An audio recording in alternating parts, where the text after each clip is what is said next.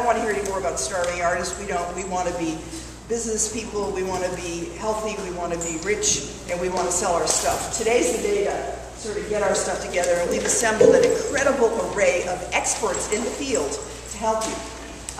First of all, look at the handouts you got. One is an agenda for the day. And you're going to hear timers go off all day long because we're going to stay on track.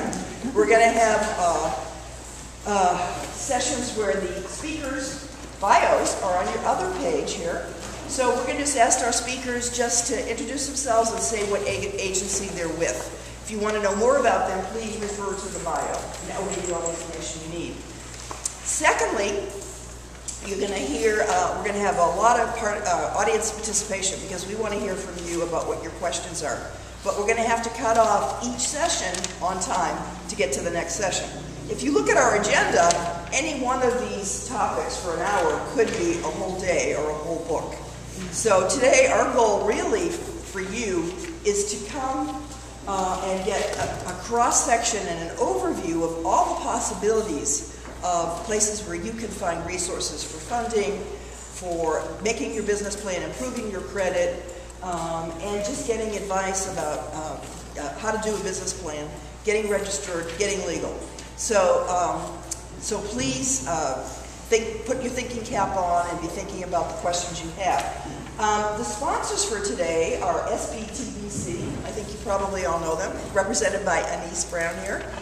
And Noah behind Noah, one of our panelists. Self-Help Credit Union with Jane Hatley, and she will be our first moderator. The Flood Gallery, and that's where you are. This is one of the only nonprofit galleries, I think, in Western North Carolina. They do wonderful stuff. They have exhibits all the time. And I'm a proud member of their board of directors, also a proud member of the Self-Help Board. And Riverlink. Riverlink is a regional organization, and our mission is the economic and environmental renewal of the river. And you know that the River Arts District has really come into its own. It's in the paper all the time. So we're excited to be here and have you here today. I want to introduce one of Riverlink's volunteers, Mr. Reed, who will be videotaping this. So this will be on all of our web pages afterwards. So if you missed something and you didn't take notes, don't worry about it. Also, what will be on our web pages is this information, so you can download that afterwards if you leave it or whatever. At the end of the day, we really want your feedback. So if you can, we're going to give you a survey sometime today, and their surveys are actually up there if you decide you want to do it during the day. There's some pens there. There's a box that you can put it in. But we need that survey information to find out if this was a good job. Did this answer your questions? And what other questions do you have? Maybe we can do another one that can go into more depth in one of these issue areas. So we really appreciate your help there. A couple other things. One is that we have restrooms upstairs. That's a little housekeeping thing. It's 2 floors up if you need it. Please do that. There's water, there's coffee up there. We will be serving lunch out in the front area. And if you have a name tag, that means you registered. If you don't have a name tag, then we probably can't provide you lunch unless some people don't show up, because we ordered lunch for 100. It was the 75 people who registered and the 25 speakers. For chairs, we have about 100 chairs between upstairs and downstairs, so if there's not enough chairs down here, or when you go up to lunch, you might have to bring your own. This is kind of a help yourself conference, and we really appreciate everybody being here today, and we really want to partner with you, and we thank you so very much for that. And please, let's all put our thinking caps and figure out how do we really make the business of art a business. Thank you. Jane? Okay. Could I just say one thing? Okay. I just have one quick question. The conference was designed for artists, but it was open to all businesses in the River Arts District. So I'm just curious, how many people here are not artists? Or is everybody an artist? Okay. For those of you who have businesses that aren't related to art, the information you're going to get here is completely applicable, because art has its own little quirks, I guess, but business is business, and so you'll benefit as much as the artist. Thank you. Okay, and panelists, I want you to know that Julia here is our timekeeper, and so she's going to hold up a time, so kind of keep that in mind, okay?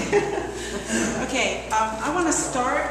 Our topic is basically business basics, starting a business, registering a business, and getting your credit in order.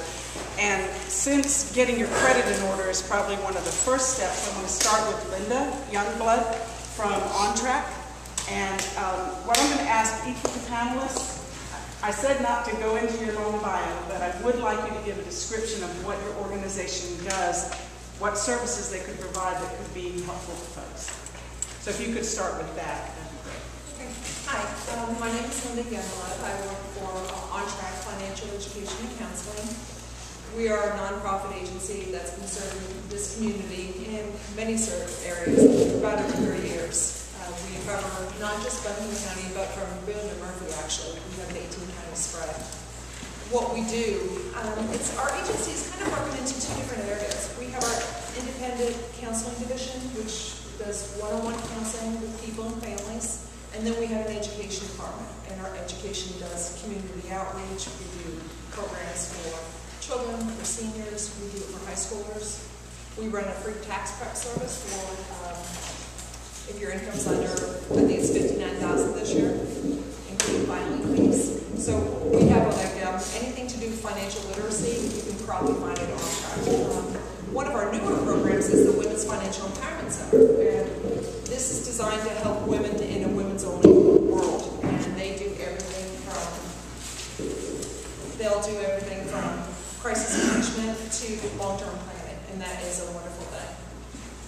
Okay, so Linda, now if you could give 3 nuggets, that's what we're asking each panelist to do, is 3 nuggets of information on your topic that would be useful to them. You need to think on that a minute? Are you okay? Just to clarify, you want me to talk about 3 things about improving credit? Yeah. Okay, perfect. Well, the first thing about improving credit is... Can we test out the mic? Is that better? Yeah. Thank you. Sorry. 3 things to improve your credit. First is know your credit. We always encourage people to start with getting a copy of your credit report. And there's several different methods to get a copy of your credit report. And the first one is the government-sponsored website, which is annualcreditreport.com. As a consumer, you have a right to 1 free copy a year from each of the major credit reports.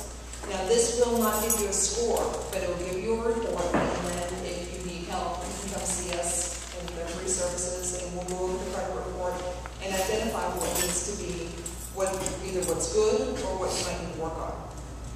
You can also walk in once a month. We run a program that's sponsored by the NAACP. It's a credit awareness project. If you check our calendar, it's running tomorrow between 11 and 1. And as long as you have an ID, you can walk in and get a free copy of your report or a score. And there are other methods, but and you actually really just need one. You can always purchase them from our agency, but I like people to do the free ones first. Okay. Did you have 2 others you wanted to do real quickly? Because we're okay? Okay. Okay. Ways to, regarding improving your credit. Improving your credit often, once you identify it, the other big aspect of it is knowing your finances. Because once you know what you need to work on, then we like to work on how to make that happen. So I would say one of the big things that people should always know when you're self-employed is know your income. Identify your income and get that nailed down, even if it changes, even if it's up and down and sporadic, it's normal. And then we would like you to try to get a really good handle on your expenses. And you can track your expenses, or you can just look at bank statements and go backwards and see what you need. But those are the 3 critical things. Great, thank you, Linda. Okay, next, registering a business. Does someone want to talk about that, with how to register a business? No?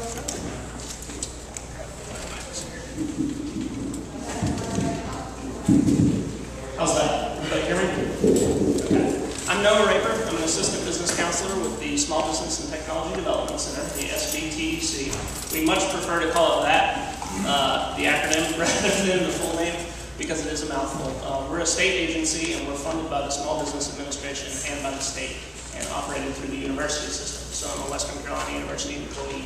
We have an office here in Asheville, where Anise and I work, and we serve every kind of small business, every industry, every sector, every size up to 500 employees, which is the SBA definition. And our core service is really one-on-one confidential counseling related to business. I work exclusively with folks who are trying to start businesses or maybe who just started and are scaling up. We have other counselors who work with existing businesses. There's a lot. I've left several materials back there, a general brochure about our counseling services, and some other resources that I'll touch on. As far as getting registered, there are more than 3 key things that I would talk about. Instead of doing that, what I'm going to refer you to is one of the materials I left in the back, which is just a very simple, straightforward, non-glossy brochure we put together with a 10-step process to getting registered. We did this because it is, to be honest, kind of a minefield. So you've got either a product you've created as an artist or an idea, art you're looking to sell. Maybe you're already selling it, but don't know the first thing maybe about how do I get now registered? How do I make sure all my paperwork's in order and everything is legit with the state? We created this little handout just for that reason. It walks you through the various offices you'll need to stop by in the city of Asheville, and then also the steps with the Secretary of State's office in North Carolina, making sure your business name isn't taken, the correct paperwork to file, when to file, and the step-by-step process so that things don't get out of order.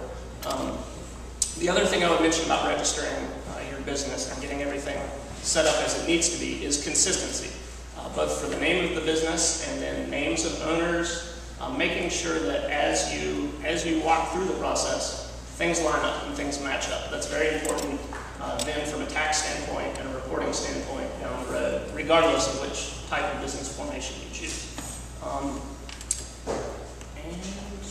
And I would echo as well something Linda just said about in starting, even before starting, having a very clear idea of finances, of your personal finances, and then how they will relate to your business's finances, and kind of thinking of them in that way, even as separate. That's how it works best for me. Some folks, I think, tend to tend to keep them all together, but having a very clear idea of what your finances are and the goals you have related to finances for the business. Okay. Next, I'd like Brenda Mills from the city to talk about registering for special services. I don't know about special. My name is Brenda Mills, and I'm currently transitioning out of finance and management as administrative services manager. We'll be going back to economic development. And part of our goal in economic development is to have several arms, but as an economic journalist, I'll be working on job creation. So there's a couple of things I want to talk to you about doing business with public entities. Number one, that whole maze of filling out a vendor application, filling out all this different stuff, all these other things, do not do that, okay? Until you go to business, until you come to the city and we award you a contract to make an art project for us or do some service for us, that's when you become a vendor. And guess what we do when you come and get that contract? We have you fill out a vendor application, a W-9 form, and we tell you everything you need to do business. We want you to concentrate on coming to the city to find those opportunities that fit and match the things that you do as a vendor. So it's important that you have your credit and your finances in order. It's important that you are registered correctly, because if you are not the owner of the business, we can't pay you, right, as a public entity. Then the access to the resources, we have a wonderful website, asheville.nc.gov. On my bio is the website, and there's a flyer in the back that you can get that gives you all the websites that I am talking about. And you can go on there. I would strongly suggest you, how many of you signed up to be a Twitter account? I just started tweeting, which is a big deal. I haven't learned to do it all, but we send out tweets when there are opportunities for the city. We have a Facebook page, we have all those things. So I'm going to suggest you get on social media. It's not that hard. You can set your accounts up so that people cannot just get in there and send you stuff. But basically, we don't send out stories and crazy stuff. We just send you what's out there for you to bid on, okay? The other thing is, I want to tell you that the city has, as the Parks and Recreation Department, does still have a public arts department, no matter what you've heard, and we do have a public art program. And as part of that program, you can register to take part in when we're calling for artists or commissioning artists, and that is all online at asheville.nc.gov. The other registrations I want to tell you about registering it as woman and minority owned, and different things like that. But what I would suggest you do is set yourself up as a business, be really comfortable with who your business is, and decide what you want. Your goals are important. So if your goal is not to work for the state, your goal is to do just in the region, then come talk to us locally. If it's to work for the state, then go register there. And my time is up. Okay, what's that? Oh, okay. The next thing we're going to talk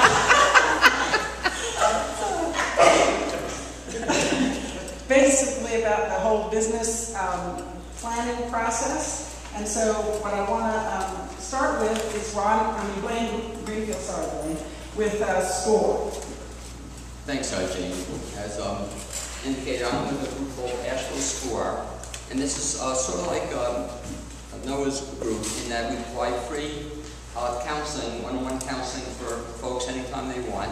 And we like meeting people as they begin the planning process. Actually, before they decide to go into business, we'll also help you with some of the forms that Noah mentioned. We'd like to kind of work you through, step by step, what you have to do. In addition, SCORE provides some very inexpensive seminars each semester on a whole range of topics. We do the business plan, I do the marketing seminar, and just basic stuff that's available at our website, which is in the bio. What I'd like to focus, though, on are perhaps a couple of things. One has to do with the whole concept that was mentioned by Karen about that you're in business. And I tell the story of a good friend of mine who used to be in the caning business. He caned chairs. And he would cane chairs for people, and he'd charge them $75. And whenever the people picked up the chair, they were outraged. They paid so much money, you know, and they said $75 per chair. And he worked it out one time. I think it cost him $6. He was getting $6 an hour, if that, to cane the chair. But people didn't understand it. And the reason I mention that to you is, as an artist, you need to decide that you are in fact trying to make a living, you are in fact trying to make money on this, and to give away your services for $6 an hour, don't go in business. You know, have a hobby and that's okay. The thing, what I'd like to share, and I don't know if I have enough for everybody, so if you're with somebody, maybe you can share this sheet, or maybe Jane can get some more sheets run up. But I'd like to share something with you, and you can just help me on that side, maybe if you can distribute this on this side. It's something we put together with the SCORE. And it's actually, I think you'll find it kind of helpful. It's what we call a pre-business plan sheet. Now, has anybody in here ever done a business plan? If you have, you know, they can kind of be overwhelming, a little scary, and, you know, a 73-page document. This is just 10 questions we ask you to think about before you even do a business plan. And I think you'll find it very, very helpful, and it works with a lot of our clients.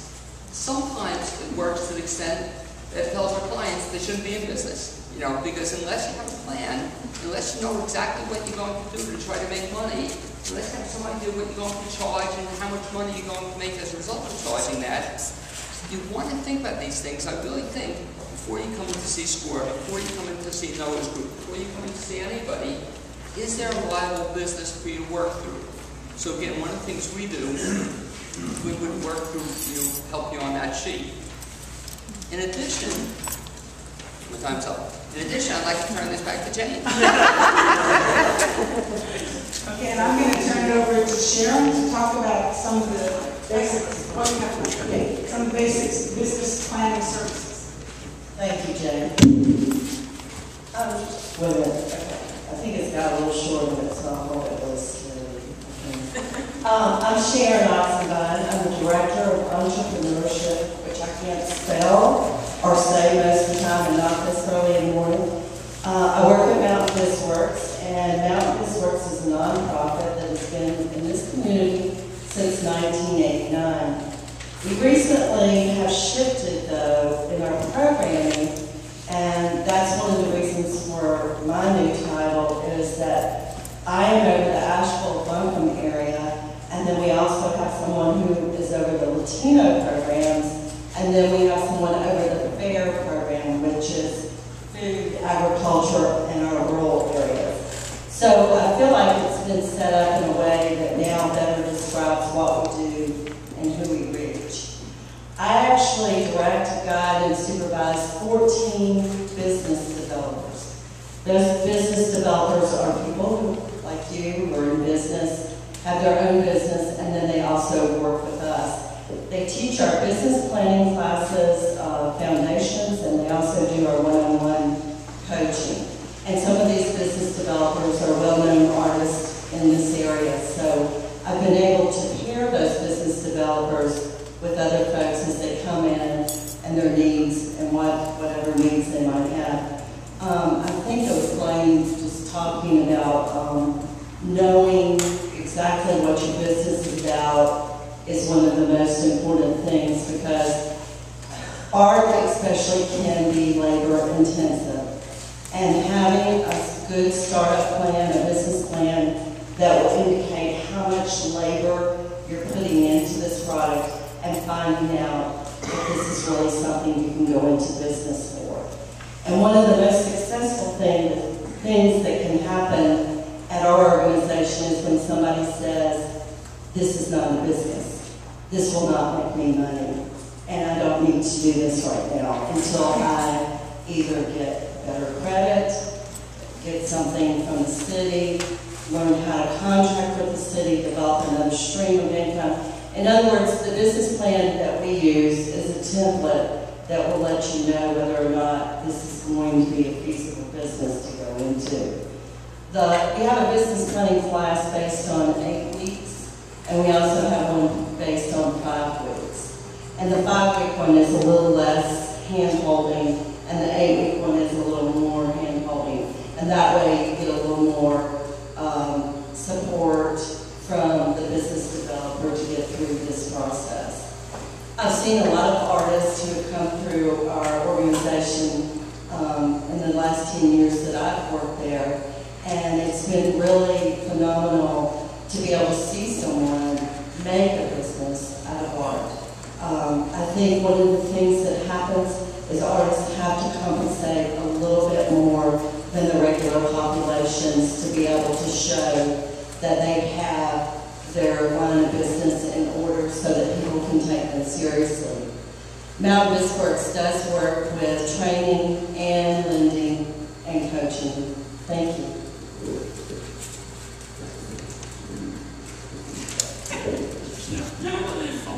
Okay, now we're going to move into questions. I'm sorry we're moving at such a fast pace. We're just trying to get as much information crammed into your heads as we can today with these valuable folks here. So I'd like to ask of the panel, basically, if you're looking at someone coming through your door, what you would look for to decide if they're really ready to start a business, or if this is still basically at the hobby stage.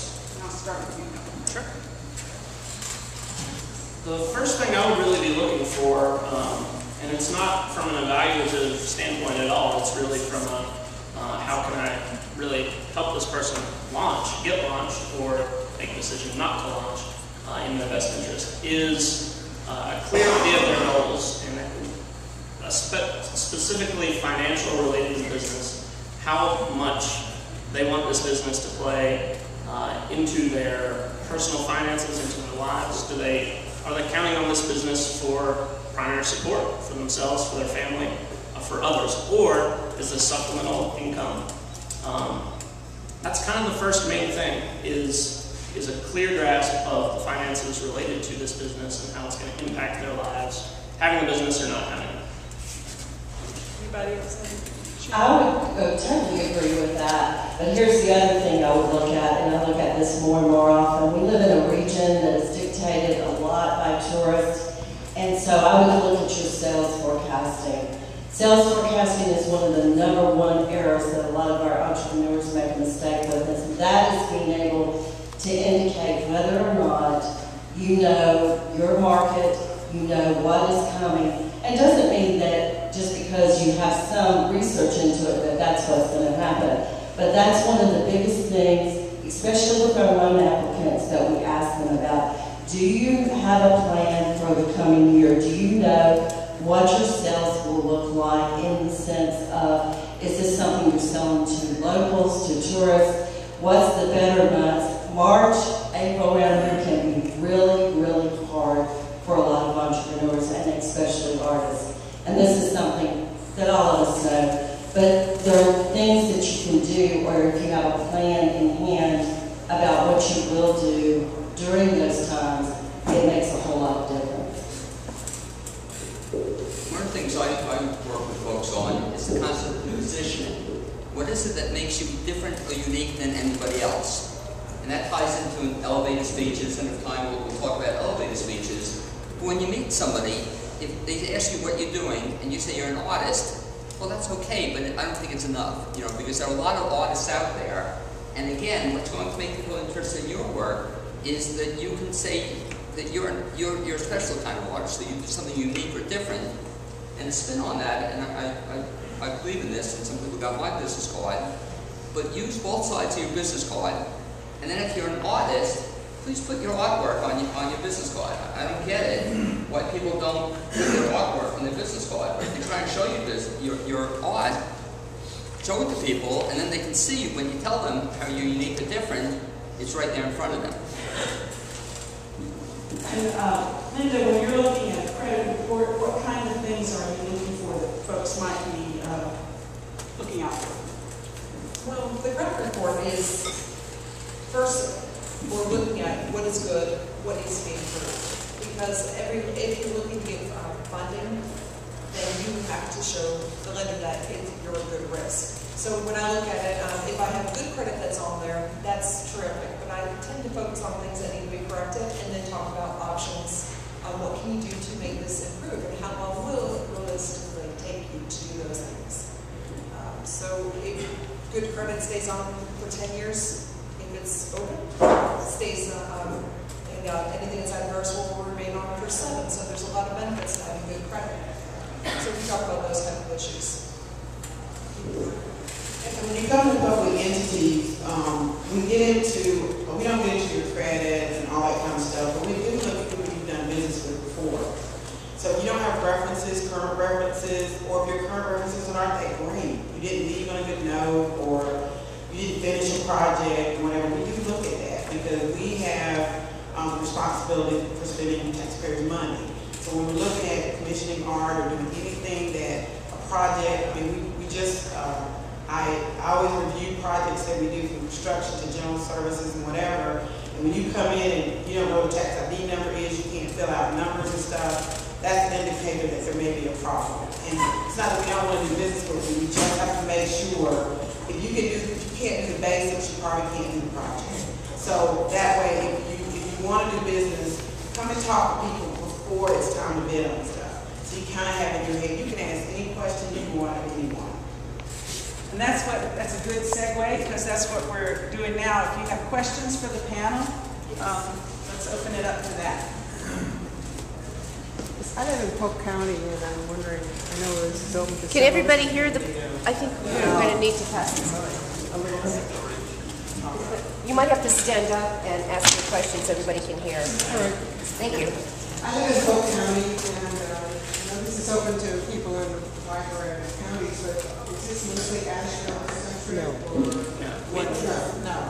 I would just respond and say our fair program does include Polk County and Dow County, and out in that area, the southern part of the region. Okay. Would I come to you, or would I go to someone in Polk County? I think you have more experience than... Well, there's the people that are from Polk County.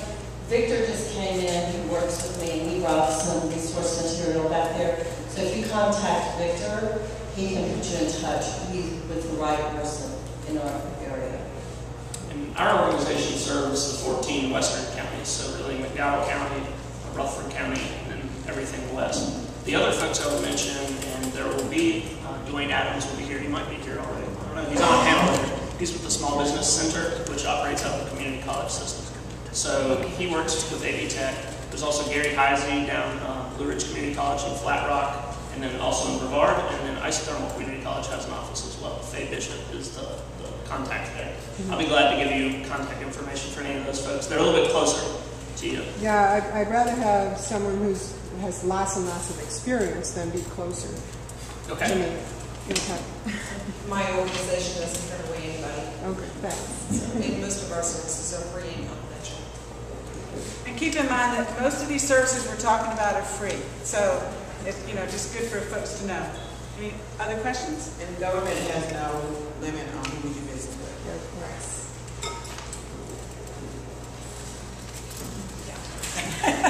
Video man. How long should a verifiable income source into your business, how long does it need to be there in order for the bank to consider that in making your loan? I'll take a stab at that. It actually depends on your lender. It has everything to do with what type of credit you're applying for.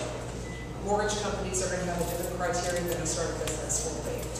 One of the things that a business lender at one of the local banks senior told me, the biggest reason people fail at a lending for small businesses is because they wait too late. They wait till they hit a crisis. If you need money for expansion or you need money, do it while you're in the growth period. Don't wait until all your resources are depleted, including all your personal resources. And we're going to go into funding businesses on the next panel, so just keep that in mind.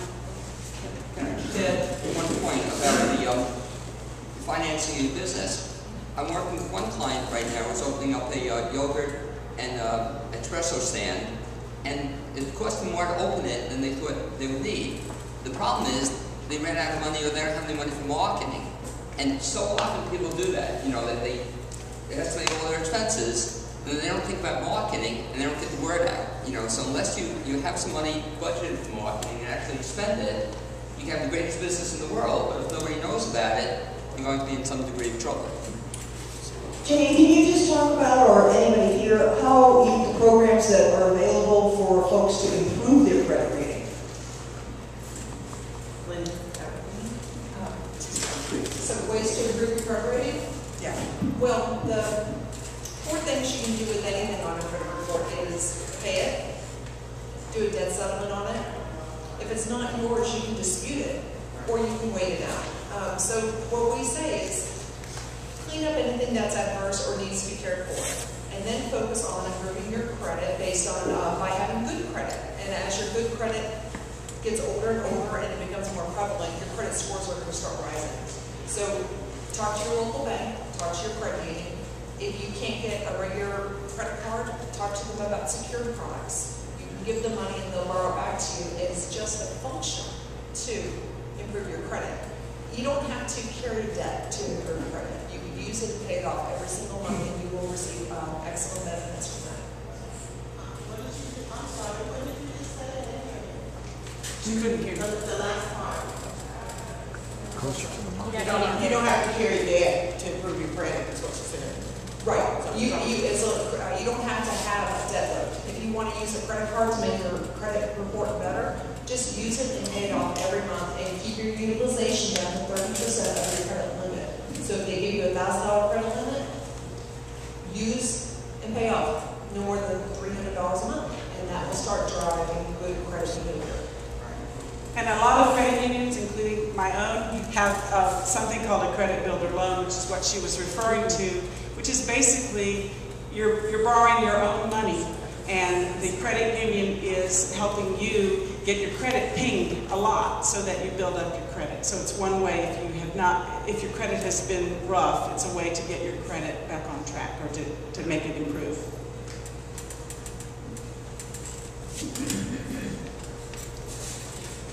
Yeah, to register a business blog, do you need to be incorporated?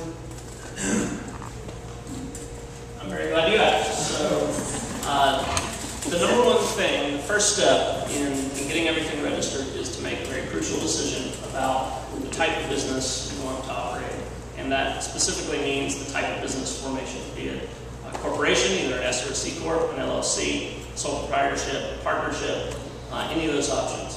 I would refer you to, and I have a copy here, this is a document that's available for free on our website, and I also brought about 10 copies back there, which has a nice chart comparing the 4 types. There's a lot of, I'm sorry, there we go. Looks like this. Has someone running forward on it. And it's on their website. And it's on our website for free. There are a lot of, it's the Business Startup and Resource Guide.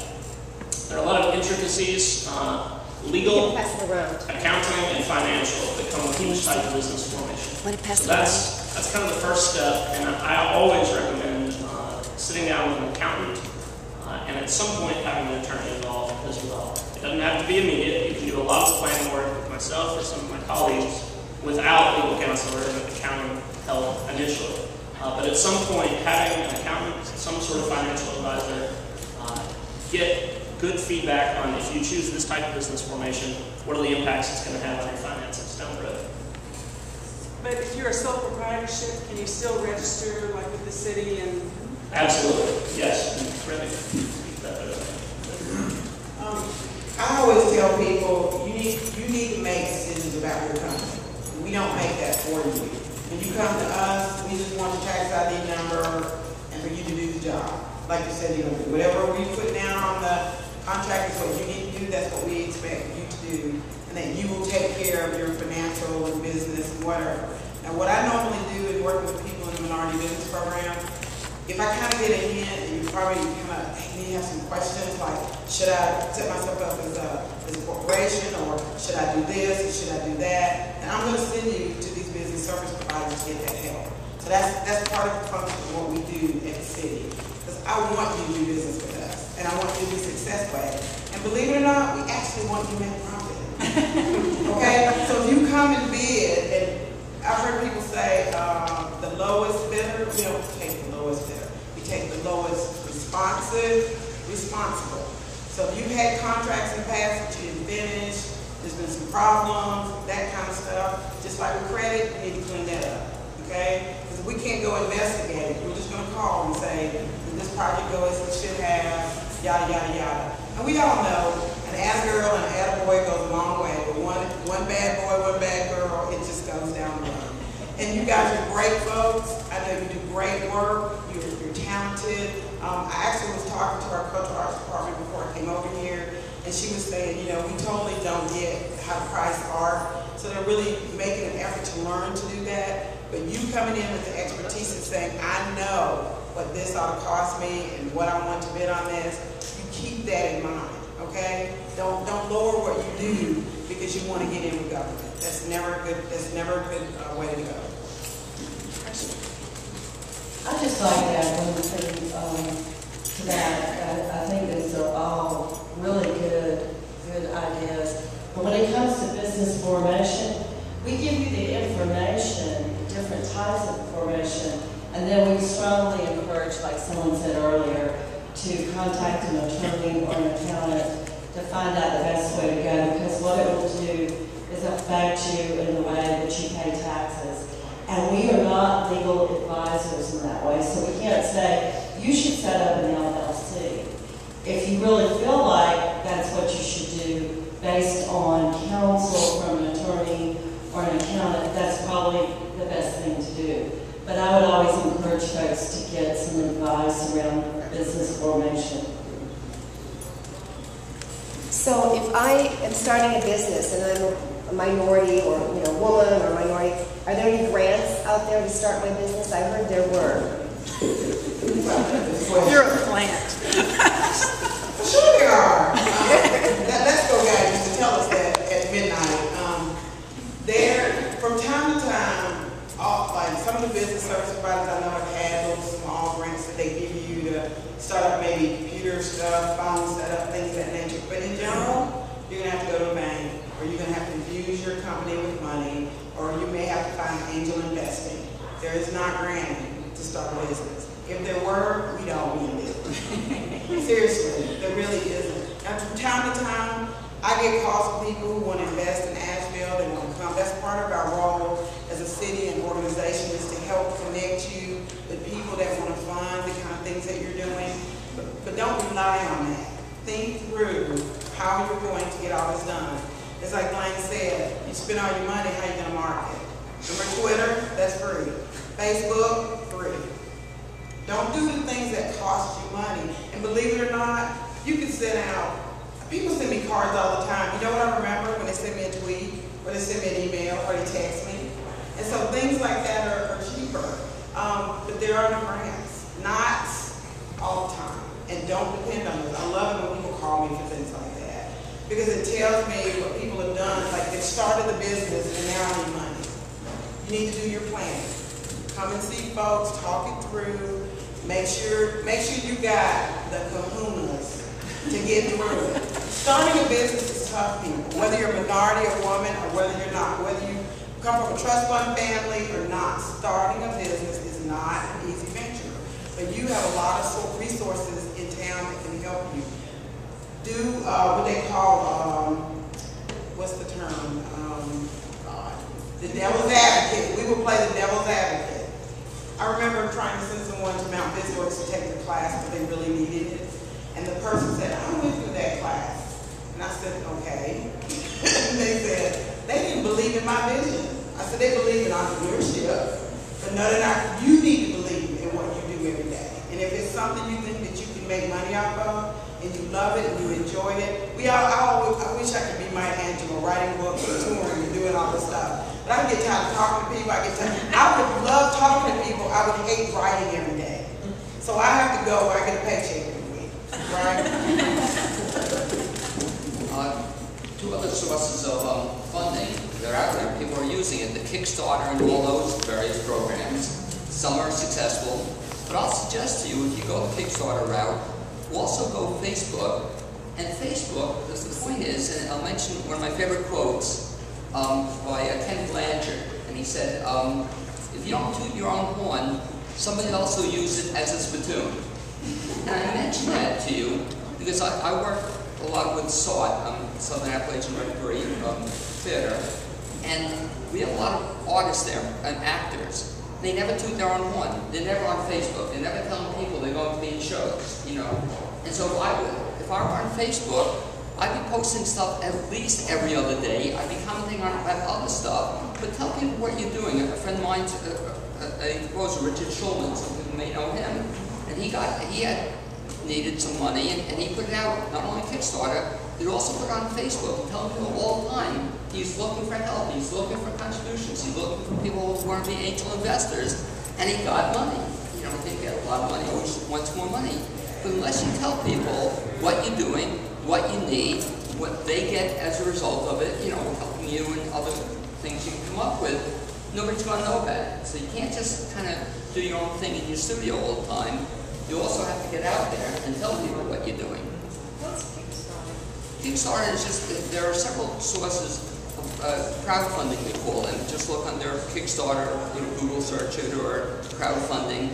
And there are ways that you put out to people that you're looking to raise $1,000, you're looking to raise $5,000, you're looking to raise, God knows, you know, we have some score clients who raise a lot of money this way. You say, this is what you want to raise it for. You're asking people to support your efforts. And some, I'm sorry, you're asking people to support your efforts, and you're amazed that people do send in money, especially if you sometimes give them something in return. You'll give them an etching, you'll give them, you know, a badge, you'll give them a t-shirt, you know, whatever. But check it out, just look under Kickstarter, and there's a wealth of material out there. It's a great way to, not for everybody, but some people do raise money that way.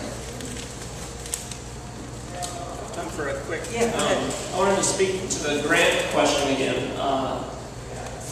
Grant funding for startups, as has been mentioned, is virtually non-existent. It's really not there. There are a couple of specific programs I want to mention. The SBIR and STTR, those are government acronyms, that deal with technology, commercialization, research and development for products. So these are government programs, and there are competitive government grants available really to promote R&D and product development. Competitive is the key word here, and all of them require, for any of these programs I'm mentioning, require a lot of paperwork, a very well thought out product, a lot of testing, early stage testing. We actually have a counselor in our office who assists clients with this kind of work. So those grants are out there and are available. Another source I would mention are foundations and philanthropy. They are only going to award grants to 501c3 nonprofit organizations. Another key word in this landscape now is competitive. Funders of all sizes and shapes they were hit like the rest of the economy was 4 or 5 years ago.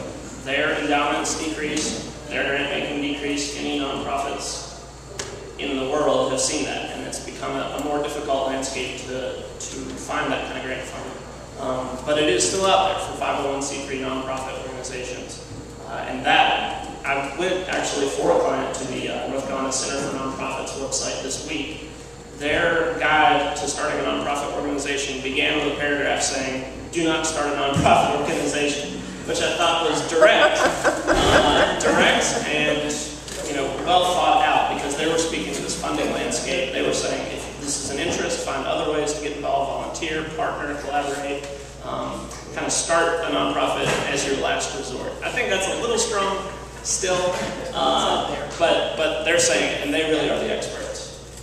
Yeah, we have a question in the back. You want to come up and use the mic so people, unless you want to, unless you're like me and have a big mouth.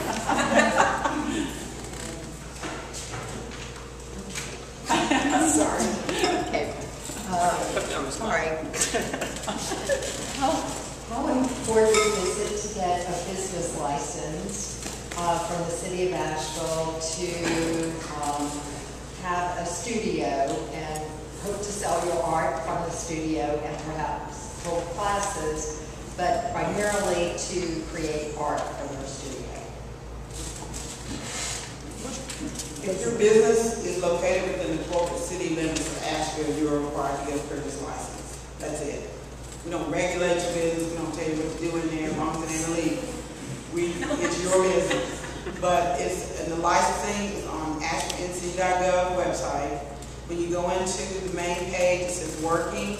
When you click on that link and look down, it says business and privilege license, and explain the whole process. You can get those through the Development Services Center, which is down on Charlotte Street, in the Public Works Building, what we call the Taj Mahal Garage. Okay? Everything's there. It's a one-stop shop. You can get everything there. So just look and see. If you're working in art and you're a certain part of art, like I'm not a part of the city, being where I live, I'm not required to have a privilege license because I don't work within the corporate city limits. So just read on that information. It'll tell you where, and it kind of looks at different businesses and what tends to be the amount. It's as minimum as $25, it's as much as $1,000, so it just depends. Okay? Yes, ma'am. Is there a certain Can you use the mic so people can hear you? Sorry. Is there a certain amount of money that you have to make in order to have a business license? Business license is if you have a business in the corporate city limits of Asheville. So if your business is in Asheville, you're required to have a business license. We only look at your money to base what that amount will be on the business license. No. I live in Black Mountain and I asked about that. Yes. And they told me that I didn't need one. You did not. Right. So that's a rule just for the city of Asheville. I think so, but I'm not the privilege license person. So go on the website and read details, because I don't want to tell you one thing and then you go down there and then it's going on. So it also changes county by county. Yeah, right. So just go on their you website. have to look at the county you live in and whether or not there is policy in order for that to take place. And something else about that, you might even ask about parking and that kind of thing, because they mentioned that to me when I asked about it, you know, how you plan on letting your people park at your studio. Yeah, that's definitely an important part of how it's set up. It also, I think, depends on the zoning. Zoning, yeah. You know, whether it's zoned for commercial and residential, or if it's just residential, then you could have a problem. The county website is going to give you that information.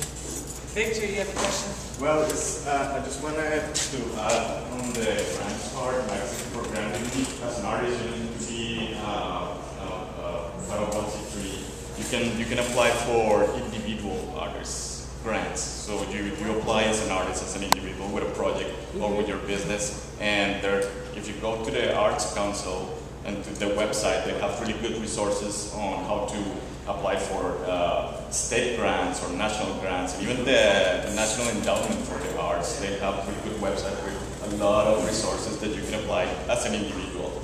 And you want a grant, right? We're doing a grant this year with the Arts Council. There's a community project, and actually we're going to be on Saturday painting a school bus that we're going to use to take art workshops and things to neighborhoods that don't have access to the arts. And yeah, we're working with that, and we also applied for another national grant. So it takes a little bit of research, and it takes when you apply for the grants, it asks for a lot of things, but it's just a couple of months getting all your numbers and all your ideas together and just send it out, and there's a chance available. Okay, great, thank you. And that brings up something. If you all have comments or more knowledge on certain things than we have, please jump in, because it's that kind of day where we need everybody to participate. Any other questions for the panel or comments? If not, oh, yeah. I would like to know about how you find out about what taxes you're supposed to be paying, when to pay them, who to pay them to. I started at the wrong end of the stick and found out by surprise many things. How could I get a clear picture of this? I would like to say, don't be afraid to call the State Department of Revenue. Don't be afraid to call the IRS and ask them. They'll be very helpful to you. They would rather help you on the front end than have to deal with you on the back end. So call them. How can you find out actually what's involved? This is a case of not even knowing like what I am supposed to be doing, and then somebody will say tax ID number. I'm going, well, what is that? Where is this? I mean, like. So again, I would suggest that you find there's a good local accountant in town. His name is Chad Stork. He works with small businesses. It's spelled S-T-O-R-C-K. He specializes in small businesses, and he will help you from start to finish as to what you need to do. Okay. Also, I would just want to comment on that. That handout, How to Do Business in the State of North Carolina, which is on our website, sbtdc.org, has a lot of that information, and at the back, it has an index with all the agencies. But as Linda, I'm sorry, mentioned about IRS is not like they used to be, you know, they're not the mafia anymore, supposedly. But they have an excellent website exactly for small business. If you go to irs.gov, they have a huge service site on small business. And they tell you every single thing you can imagine and want to know about small business. Not just how to pay taxes, but what to do with employees, the seasonality of your business. You know, should you pay quarterly? Should you pay at the end of the year? It is an excellent website for small business, so I encourage you all to go there. And SBA.gov also has an excellent website for small business resources, and really will answer all your questions. And then use everyone at the table. We can help you. Oh. Yeah. And keep in mind that in your program, everybody's bio has their website, so that you have a way to contact them. Yeah, I just wanted to echo that both the IRS and the North Carolina Department of Revenue, the front-end folks are so much more helpful and happy, and they want to help you be successful. I'm serious, they are. My clients have reported like, oh, I've reached the most helpful person in Raleigh with the Department of Revenue. They want you to succeed because it's going to be more revenue for the state. And so they are quite happy, as Anise pointed out, to walk through, you know, here's when to file, here's how to do it, here's how to make it easy. I'd also suggest that lunch or other opportunities with other artists, just ask them what are they doing. And what I sometimes find is you just ask one question. In other words, if you say, I want to know everything about, you know, how to set this whole business up. But if there's one thing bothering you, how do I get an accountant, or, you know, how do I do one thing? If you ask your peers and they've been successful, 98% of the chance of the time they're going to be more than glad to share their information with you. Okay, any other? Yeah, come ahead. We have about 5 more minutes, so you're doing fine. There's also a website called LegalZoom.com, and I set up my LLC on that. It cost approximately $350 to register with the state of North Carolina, with the Secretary of State. and get the federal ID number, which is the same as the taxpayer ID number. And I believe, I knew going in that I wanted the LLC, but I believe the site expresses the difference between the S corporation and the LLC. So, Thank you. okay. Great. Anything else for this panel? Otherwise, we're going to, I want to thank the panel for your time and your great knowledge and information, and we're going to take about a 5-minute break to set up the next panel. Thank you.